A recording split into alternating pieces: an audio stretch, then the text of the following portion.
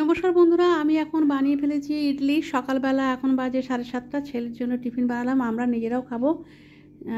ছেলেকে এটা টিফিনে দিয়ে দেবো, ও খেয়েও যাবে। ইডলি বানিয়ে ফেলেছি আর সঙ্গে চাটনি তো বানিয়েছি। তো সকালবেলা আগে ঝটপট করে টিফিনটা বানিয়ে ফেললাম। এই যে দেখুন চাটনি, ইডলি আর চাটনি। ঠিক আছে, বানানো হয়ে গেছে, ছেলেকে দিয়ে দেবো, ছেলে খেয়ে নেবে, নিয়ে চলে যাবে, ব্যাস।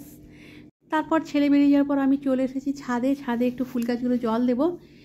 ছাদে আমি ফুল গাছে সন্ধ্যায় জল দিই, কয়েকদিন ঠান্ডার জন্য উপরে ওঠেনি সন্ধ্যায়, সে কারণে জল দেওয়া হয়নি। আর একটু শুকিয়ে গেছে, মানে গাছের গোড়াগুলো একটু মাটি শুকনো হয়ে গেছে। দেখুন গোড়াটা একেবারে জল নেই, সব গাছগুলো একটু জল দিয়ে দেবো।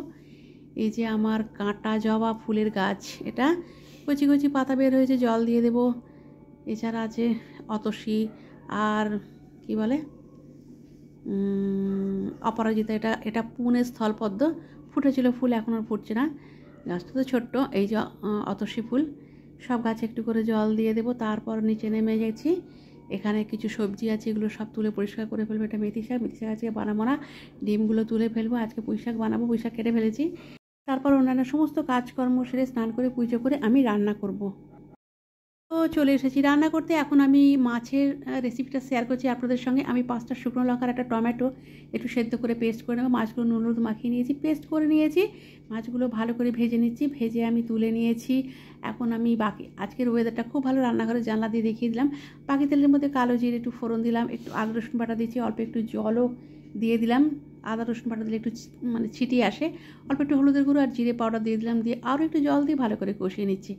এরপর আমি দিয়ে দেবো পেস্ট, দিয়ে একটু কষিয়ে নেবো 1 থেকে 1.5 মিনিট, কারণ এটা সেদ্ধ করা আছে, বেশি কষানোর দরকার নেই। কষিয়ে নিলাম, তারপর দিয়ে দিলাম জল, যতটা গ্রেভি রাখতে চাইলাম ততটা জল দিলাম। 2-4টা কাঁচা লঙ্কা দিলাম, পরিমাণ মতো নুনও দিয়ে দিয়েছি। এরপরে আমি ভেজে রাখা মাছগুলো দিয়ে আবারও 1 থেকে 1.5 মিনিট একটু ফুটিয়ে নেব। ফুটিয়ে নিলাম, ধনে পাতা দিয়ে দিয়েছি। তারপর অন্য একটা প্লেটে ঢেলে ফেললাম। কাতলা কালিয়া করেছি। রেসিপিটা কেমন হয়েছে আমাকে জানাবেন কিন্তু, কেমন খেতে কিন্তু দারুণ হয়েছে।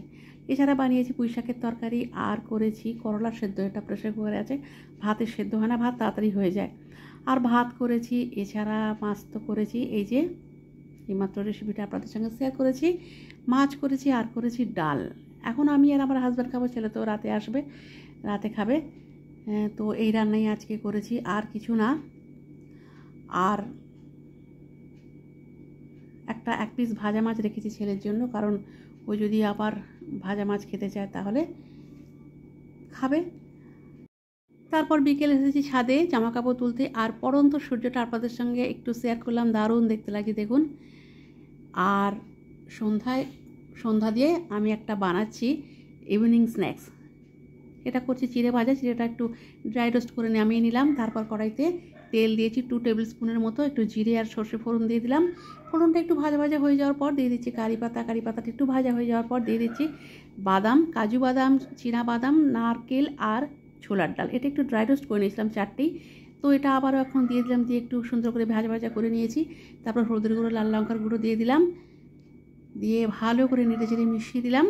দিয়ে দিলাম রোস্টেড চিড়ে, আবারও ভালো করে মিশিয়ে নিয়ে একটু কাঁচা লঙ্কা দিয়ে দিলাম, একটু নুন দিয়ে দিলাম, দিয়ে আবারও মিশিয়ে নিলাম। তারপর